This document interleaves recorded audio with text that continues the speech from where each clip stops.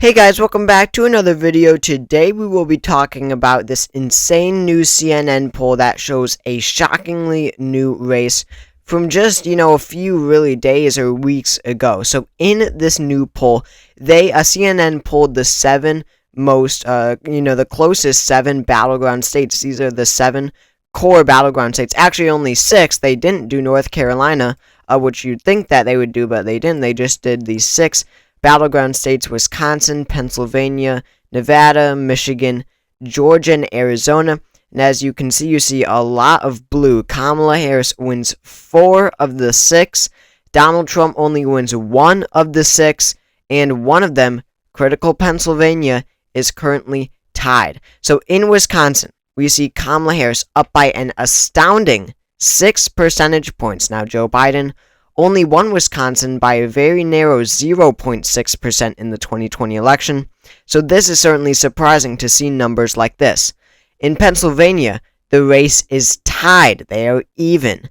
In Nevada, Kamala Harris is up by 1%. In Michigan, Kamala Harris is up by a very impressive 5%. In Georgia, Kamala Harris is up by 1%. And in Arizona, for whatever reason, a huge outlier compared to all of these other states. It's really the only outlier. These are, all in line with each other in terms of how blue or red these states are, besides Arizona. I would not expect Arizona to be Trump plus 5 in the CNN poll, as the results show it is. So when you map these poll results on the Electoral College, which is always so important to do to see who actually wins the election, in this poll, of course, Michigan and Wisconsin are both likely margin victories, +6 and +5. That's really incredible to see. You don't typically see stuff like that.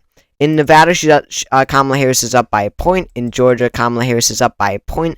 And then Donald Trump carries the state of Arizona by 5%, which is a likely margin. So, of course, Pennsylvania is tied. And even without Pennsylvania being called and Arizona going red, even without those two states, Kamala Harris already wins the election.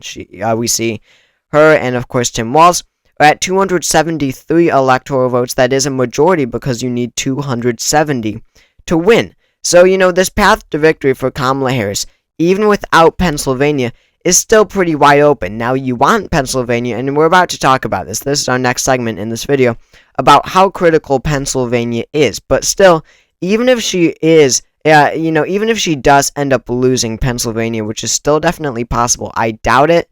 I think that she will win it in the end, but it is still a possibility that Harris loses Pennsylvania. She still has a wide open path to victory. She looks very good in polling in Michigan and Wisconsin. I mean, just for example, Wisconsin voted for Biden, again, by 0.6% in 2020. She's up by 3.5. It looks like one of her best states in the polling average of the battleground states. So Wisconsin, she looks good, and Michigan is the most Democratic of the 7 battleground states. She looks good there. Nevada is looking more friendly to her than a number of weeks ago. And Georgia does look a lot more friendly to her more than a few weeks ago. And in the end, I do believe that Arizona will go blue, even though it isn't in the CNN poll. So, you've got this still a wide open path to victory, even without that critical Pennsylvania. Now, Pennsylvania has 19 electoral votes, but again, there are other avenues to victory for Harris. And this poll demonstrates just that, even without Pennsylvania, even without Arizona. But without Pennsylvania, she is able to get 273 electoral votes. And, Arizona is another thing. This poll shows Trump ahead. I believe in the end it will go to Kamala Harris. And then you have an even wider path to victory, because then, you can lose Nevada, and you can still lose Pennsylvania, and you still win the election. But this is the poll results. Again, just to keep that in mind. Now again, Pennsylvania, yes, there are avenues to victory. There's a path to victory for Harris without Pennsylvania, as well as for Trump, there's a path to victory without Pennsylvania. I mean, I guess more so for Harris, right? Harris, there's an actual path to victory. Donald Trump's path to victory without Pennsylvania, that's just talking nonsense, because if he were to win the election, he would win Pennsylvania. I can guarantee you that. So, in Pennsylvania, if you've got Pennsylvania, I mean, well, first of all, let's just Instead of that, to put it into perspective, let's say Pennsylvania does go blue. Let's talk about the path to victory for Donald Trump if Pennsylvania, does go to Kamala Harris, because, you've got Arizona already red here. And then you look to the next reddest state. That's probably Georgia. And keep in mind, North Carolina is red as well. I'll make that one lighter to keep that in mind. North Carolina is also red in this instance. So Pennsylvania and the Rust Belt is going blue. You got North Carolina, Georgia, and Arizona. And you still don't win the election. You're only at 262. He would then need to crack the blue wall, win Wisconsin, and that does put him over the top. So, if you don't win Pennsylvania, you're probably not winning the election if you are Donald Trump. Now, if Pennsylvania goes red, again, it makes it, I just did this, I just went through it, but, Pennsylvania, the path to victory goes through Pennsylvania. It really does. It is so important. And, it's also important when you've got these numbers to look deeper into the poll. That means looking at the crosstabs. That means the demographics, that are answering this poll, where they are. Now, these are the crosstabs in the state of Nevada. It's the only ones that I could find, but, it's still, representative of the entire nation, basically. But it's more, what it means nationwide. So, again, Kamala Harris only led by a point in the state overall. But look at these crosstabs. Kamala Harris up 20 with Hispanic voters. Joe Biden was down among Hispanic voters when he was back in the race. Donald Trump is up 14 among white voters. Kamala Harris is up 15 among voters under 35, and she is also up 16 with women. I believe that women, this one's the most important. Women are half the country. I believe that women will win Kamala Harris the election. I honestly think the election will come down to this. I believe that Harris will run up her numbers so much among women. I mean, when you think about it, the vast majority of what she says is going to resonate and appeal to, female voters the most, that is, for Kamala Harris.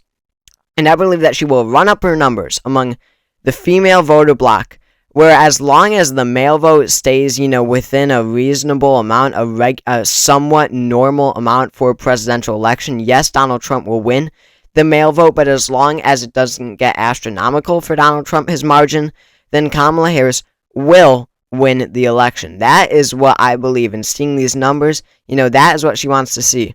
Plus 16. And also, I will point out, when it comes to polling already looks really good for Kamala Harris. But voter blocks like under 35, young voters, Hispanic voters, voter registration among these key demographics, as well as African Americans, are skyrocketing now with Harris as the nominee. And a lot of these voters, that means are first-time voters. First-time voters are, pollsters fail to capture them. That is one thing they struggle with, are the first-time voters. That's the reason why it was so often in 2016. A lot of young men who were first-time voters voted for Donald Trump for the first time, and pollsters failed to capture that. I think that we will have a very similar situation when it comes to Kamala Harris. You got a lot of young voters, just a lot of new voters turning out for Kamala Harris. The crosstabs in this poll proves just that. So that is something to keep in mind, especially across the Sun Belt. We always, especially when Biden was back in the race, we were talking about the Rust Belt so much because that was his path to victory. And I still do believe that Kamala Harris will win the entire Rust Belt, Wisconsin, or the blue wall of the Rust Belt, I should say. That's Wisconsin, that's Michigan, that's Pennsylvania. But these numbers, you have a voter registration among African American women, or maybe young African American women actually, up 175% from this time period 4 years ago in 2020, almost triple. You've got voter registration among young women up like 75% from this time period in 2020. So, and Latinos, right? And Latinos up 150% it was from this time period in 2020. So we talked about, we so much talk about the Rust Belt. But the Sun Belt, you've got these diverse voters that are not being captured in many polls. That is what I believe, at least. So it is something to keep our eye on. Kamala Harris could perform better in the Sun Belt than in the Rust Belt, where she's probably, being polled where she actually is, accurately, or maybe even Donald Trump is being underestimated, Kamala Harris is being overestimated. But I do believe that we could see a situation where Harris sweeps the Sun Belt Battleground states. Nevada, Arizona, Georgia, North Carolina is iffy, but that even could happen. And honestly, Trump could lose in Wisconsin, Michigan, or Trump could win in Wisconsin, Michigan, Pennsylvania. That is absolutely a possibility, and Harris would already win the election, but more likely, she wins all 7. So that is where things stand. Just an insane new poll from CNN. Always interesting to follow these types of numbers. So thank you all for watching this video. If you enjoyed, make sure to subscribe down below. We're trying to get to 10,000 subscribers before Election Day. So again, thank you all for watching, and I will see you all next time.